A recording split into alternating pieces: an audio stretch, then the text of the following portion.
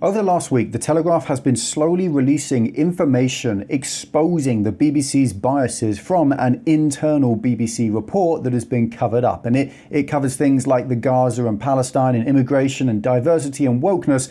But more importantly, or more recently, The Telegraph, they released the actual full report exposing countless examples of the BBC's bias in favour of the left-wing establishment. So in this video, we're going to go through that report. We're going to expose that indisputable proof that the BBC is simply not fit for purpose, that it is a left-wing globalist news organisation, that it needs defunding, at least from taxpayer funds, and that it is not and has never been unbiased. So let's get right into it.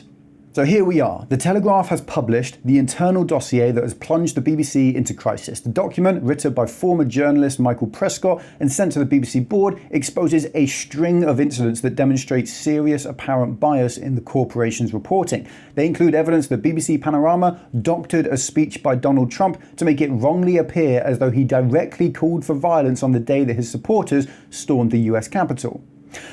So, I mean, that alone is already big, but this is a long report. I've highlighted the bits I definitely want to cover here, but I don't know, my voice might go tired by the end of this report because it's so long, as you can see. So let's get right into it. Mr. Prescott's warnings were ignored by senior executives at the BBC. The Telegraph's reporting on the memo has led to calls from Kemi Badenoch, leader of the Conservatives, for heads to roll at the BBC. Donald Trump Jr. has accused BBC reporters of being dishonest, and Israel's Deputy Foreign Minister has demanded that Tim Davie, the Director General of the BBC, be sacked. Lord Grade, head of the broadcasting regulator Ofcom, has written to Samir Shah, the BBC chairman, urging him to thoroughly examine the claims, while Mr. Prescott himself is to give evidence on the memo in a parliamentary inquiry next week. Now, the big topics are the US election, racial diversity, biological sex and gender, Israel and Hamas war, and then it goes over the conclusion. This is going to be a nice long video, but if you've ever, wondered if there's ever any evidence for the right-wing claim that the BBC is a left-wing biased organisation, well, this video is for you. In fact, do me a favour, go on down now to the share button, send this video to someone who needs to see this, who needs to see the truth of what the BBC are, because it is absolutely ridiculous that people still have the gall to claim that the BBC is an unbiased, legitimate news organisation that's worthy of our taxpayer funds in this day and age. So, again, the format of this is it's a letter sent by someone internally from the BBC to the BBC board, basically saying, I've found countless episodes of blatant bias on your behalf, you need to address this. Dear board members, you may know that I've been one of two independent external advisors working alongside the EGSC, which is like the board. I held this role for 3 years and stood down the summer. I departed with profound and unresolved concerns about the BBC. Since leaving, I've thought long and hard about what, if anything, to do about this. My conclusion is that these concerns are serious enough for me to draw them to your attention in your oversight role of the BBC.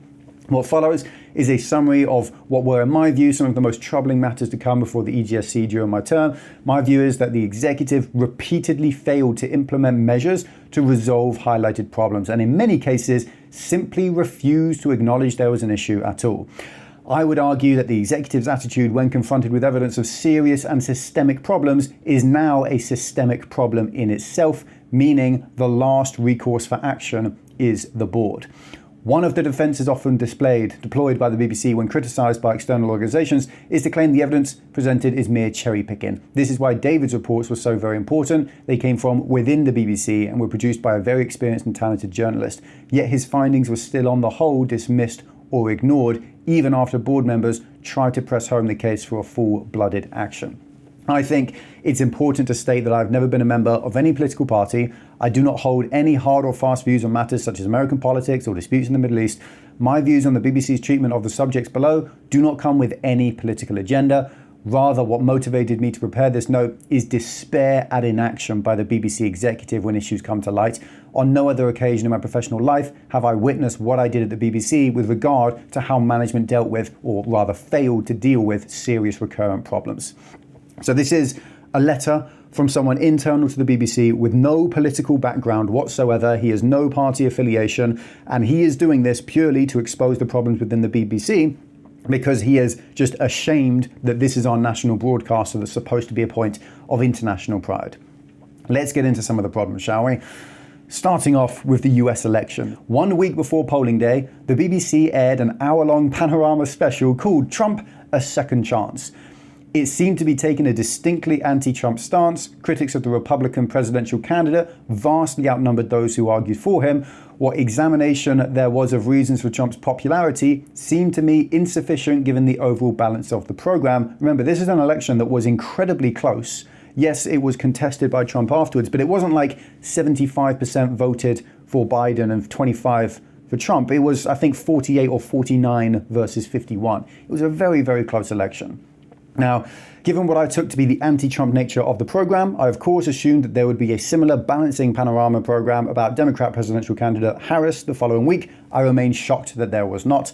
I raised my concerns and they were asked to review the program. They concluded that the main contributors to the documentary were heavily weighted against Trump, with just one supporter against 10 who questioned his fitness for offer. So 9-1 on an election that Trump won, not only on electoral seats, but on the popular vote as well. Worse still, David highlighted alarming concerns about how Panorama had edited Trump's speech to his supporters on January 6, 2021, the day of the Capitol Hill riot. Examining the charge that Trump had incited protesters to storm the Capitol, it turned out Panorama had spliced together 2 clips from separate parts of his speech. Okay? This created the impression that Trump said something he did not, and in doing so, materially misled viewers. The spliced together version of Trump's comments aired on Panorama made it seem that he said, "We're going to walk down to the Capitol and I'll be with you and we fight like hell, and if you don't fight like hell, you're not going to have a country anymore." In reality, the first part of Trump's speech, "We're going to walk down to the Capitol and I'll be with you," came 15 minutes into the speech. The second half of that sentence that was aired by the BBC, where he then said, "and we fight like hell," that came 54 minutes later. 15 minutes into the speech, Trump actually said, "We're going to walk down to the Capitol and I'll be with you. I know that everyone here will soon be marching over to the Capitol building to peacefully and patriotically make your voices heard." It was completely misleading to edit the clip in the way Panorama aired it. The fact that he did not explicitly exhort supporters to go down and fight at Capitol Hill was one of the reasons there were no federal charges for incitement to riot. This was not the end of the BBC's distortion of the day's events. On January 6, 2021, the Proud Boys, Trump supporters, marched to Capitol Hill before Trump had started speaking. Now, David's report highlighted that Trump's speech clip was followed by footage of the Proud Boys marching towards Congress, and this created the impression that Trump supporters had taken up this call to arms. This again was a shocking set of issues discovered with the BBC. If BBC journalists are allowed to edit video in order to make people say things they never actually said, and then what value are the corporation's guidelines? Why should the BBC be trusted? And where will this all end? Yet, with those findings, the executives of the BBC refused to accept there had been a breach of standards and doubled down on their defense of the program. At the meeting about it on May 12, 2025, Jonathan Monroe asserted there was no attempt to mislead the audience about the content or nature of Mr. Trump's speech before the riot at the Capitol. It's normal practice to edit speeches into short-form clip. He literally said there was no attempt to mislead the audience. That is a blatant, outright lie. This man needs to be fired. His pension needs to be stripped. He needs to be barred from any kind of public office. He is a danger to British democracy. Now, this is ridiculous, but it keeps getting worse. The failure to try to balance the anti-Trump panorama with an equally aggressive look at Harris, Jonathan seemed unconcerned, saying it was not necessary for due impartiality to have companion programs. Not doing so in this case was a legitimate judgment within the guidelines without any further justification for why he did this. Turness, another board member, tried to justify the doctored video and mangled timeline of the day by citing the US Congressional Committee on Trump's role in the January 6th riots, the one which concluded he was involved in a multi-part conspiracy to overturn the legal results of the 2020 election. Yet this was a Democrat-packed committee, not an objective source of truth. I can see no justification for editing clips so that a presidential candidate appears to say something he never did. During the board meeting, neither the Director General nor the chairman made any comment about Jonathan's dismissive attitude to David's findings or Deborah's defense of the edited video clips. My concerns prompted me to email the chairman the day after the EGSC meeting. With regard to the executive's comfort in having video clips edited to misrepresent the speaker, I warned, this is a very, very dangerous precedent. I hope you agree and take some form of action to ensure this potentially huge problem is nipped in the bud. I received no reply. Okay, so they have been manipulating people who watch British TV shows to believe something abjectly false about Donald Trump for political aim. They knew about this. People within the BBC alerted the board of the BBC to this fact. They justified their actions of literal misinformation, this fake news that Trump loves to talk about. And then on top of that, when they're then warned again about the severity of this problem, they just ghost the people warning them. They just pretend it's not an issue. Heads need to roll for this. People need to be fired. Pensions need to be stripped. Everyone, involved in the BBC up to a high level is complicit in literally fighting against democracy and trying to mislead people for the sake of political purposes. For a state-run broadcaster, this cannot be allowed. But don't worry, it continues to get worse. Still on the Trump issue here. One of the most misrepresented comments of the presidential campaign was that made by Trump about his arch-Republican critic Liz Cheney, who campaigned to get Kamala Harris elected. In his interview with Tucker Carlson on October 31st, 2024, Trump took issue with Ms. Cheney because she always wanted to go to war with people. Let's not forget, Liz Cheney, right, Cheney, the name synonymous with the Iraq War, because Dick Cheney was the man who, literally forced the United States and Britain and the rest of NATO into war in Iraq that led to, somewhere in the region of 500,000 to 750,000 dead. I think it's perfectly acceptable to criticize a murderous person, a bloodthirsty person such as Liz Cheney. Then Trump went on to describe her as a radical war hawk, so someone who is pro-war and pro-death. He added, "Let's put her with a rifle standing there with 9 barrels shooting at her face. Okay, let's see how she feels about it." Clearly, Trump is not actually saying, let's line her up and shoot her and see if she's still happy. He's just pointing out the hypocrisy in an elderly woman willingly sending young men to their death in a foreign war that, frankly, they have no business going and dying in. He's pointing out the absurdity in that. He's not actually promoting an assassination or an execution of Liz Cheney, much like the Democrats do promote assassination attempts against Donald Trump. Mr. Trump went on to attack politicians sitting in Washington in a nice building saying, oh gee, let's send 10,000 troops right into the mouth of the enemy. Absolutely legitimate to criticize that as well. The callousness that our political establishment, British and American, have when it comes to British men and women in our armed forces is absolutely disgraceful. And it cannot ever come to a point where we aren't allowed to criticize them, despite that being what the BBC would like. Mr. Trump was clearly criticizing politicians who readily send US troops to war without thinking about the human cost. The Harris campaign chose to see things otherwise and claimed Trump had advocated shooting Liz Cheney. That's expected, right? We expect Kamala Harris and her campaign to twist words from Trump and to lie about what he's saying to try and manipulate the election. That's normal within politics. What isn't normal is that the BBC promoted this misinformation pushed by the Kamala Harris campaign. So, David Grossman looked at the BBC's US presidential race coverage overall. When it came to the Cheney matter, the BBC repeatedly pushed this inaccurate version of what Trump said. On the BBC News channel, 1st November, one presenter asked his desk, "He is out there on the campaign trail saying he wants to shoot Liz Cheney in the face. Is that the sort of thing women react well to?" Speaking on the 6 o'clock news same night, North American editor Smith said Trump had been ratcheting up the violent rhetoric. She added, "In the latest spat, Donald Trump has been accused of being petty, vindictive, and a wannabe tyrant because he suggested that one of his political opponents should face guns, have them trained on her face."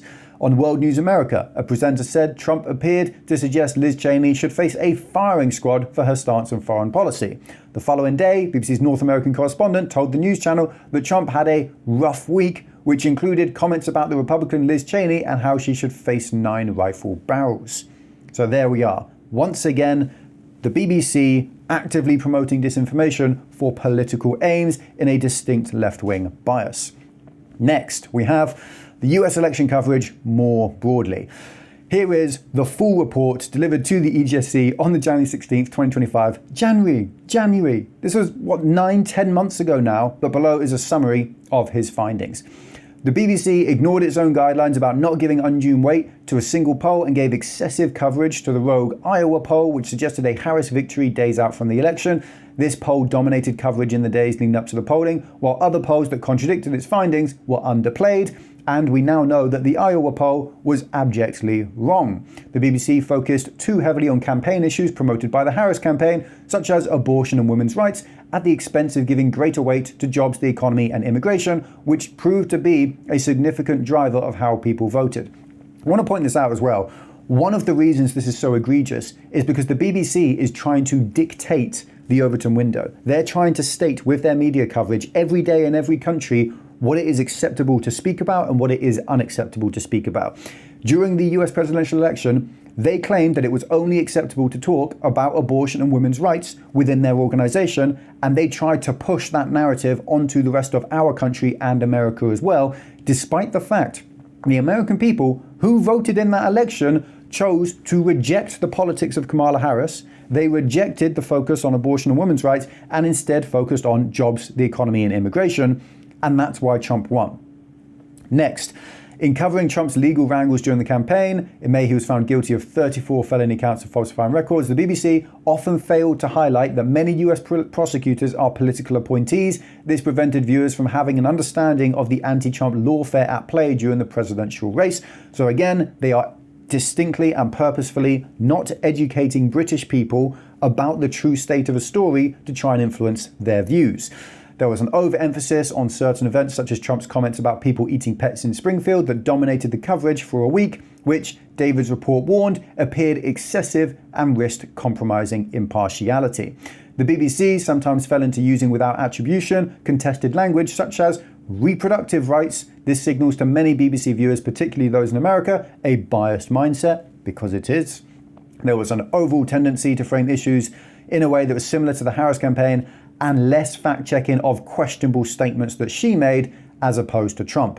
Words used by the Harris camp were also echoed in BBC coverage, such as referring to Trump supporters as election deniers. The phrase baseless was also used to describe some of Trump's contested claims, but never in association with questionable claims made by his opponent.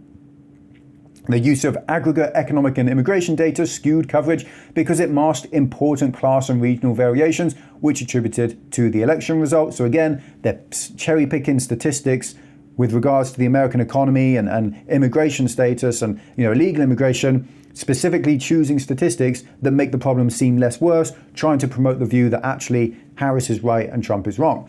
The balance of more in-depth programs was markedly anti-Trump and pro-Harris. The Internal Review couldn't find a single program that looked more critically at Harris and her record than at Trump. Not even that looked positively at Trump, just more critically at Harris than at Trump. And they couldn't find a single program. Absolutely shameful things. I think I'm going to call it there. There is a lot more to this report. If you guys want more of this, I will go through some of the other big topics as well. I think the Gaza and Palestine and then sort of the culture war stuff would make two good separate videos. I also want to preempt a little bit of criticism here. It's okay for a media organization to have bias if the media organization is not funded by taxes and state-run and state-owned. The BBC is. It is not okay for it to have bias, yet it abjectly does. It categorically does, and there is no arguing against it anymore. There's just too much evidence out there in the ether. Take a look at this. I'll link this down below in the description as well so you can have a read of this. You really bloody need to. I'm a biased person, right? I have my own political views, I have my own moral views, I have my own cultural, upbringing that dictates the way I think about things. But that's okay. When I speak on these videos, I'm incredibly biased. I'm never going to try and deny that because it would be stupid to deny it. I am a product of my upbringings and my surroundings and my beliefs and my actions. And those, the culture, the biases that make me go into making these videos as well. But I'm open about the fact that I'm biased and that I have these views and that I am distinctly anti-socialism because it leads to, increasing suffering for humans all around the world. I'm open and honest about the fact that I am unashamedly pro-British and I want to put Britain first at the expense of every other country in the world. That's okay to have those biases. What's not okay to have those biases is to lie about them, or more importantly, to take tax funds, taxpayer money, and then use your biases and that taxpayer money to try and manipulate the political situation to benefit your personal political views, which is what the BBC does. Absolutely shameful. Personally, I want to see the BBC entirely defunded. I want to see them stripped of any exclusive rights they have as a media organisation. I want them to become a real media organisation and have to fight for their money like everyone else in the world. I have to fight for my money. I have to work really hard to make interesting videos on YouTube, because if I don't, my business falls apart overnight. And I've been running this business for almost 5 years now. Why should the BBC have a monopoly on that? Why should they be the ones who actually get to force me to pay them money to give me crap biased news reporting that is just an attempt to manipulate the world in a poorer way? I am not going to stand for it. Please let me know if you want more videos like this. I think this is not getting nearly as much attention as it needs to be getting. I think this should be front page of every single newspaper in the country. It should also be front page of the BBC, but obviously we know that's not going to happen, don't we? Yeah, thanks for watching, and we'll see you soon. Oh, I've got other videos as well. It'll probably be coming up here. Rachel Reeves just gave a speech laying the groundwork for her budget that's going to come through in a few short weeks, and we are all very aware already of the dire situation that our country is in, and sadly it is only going to get worse as this next round of tax rise is coming to force. But Reach's speech essentially stands as one of the most egregious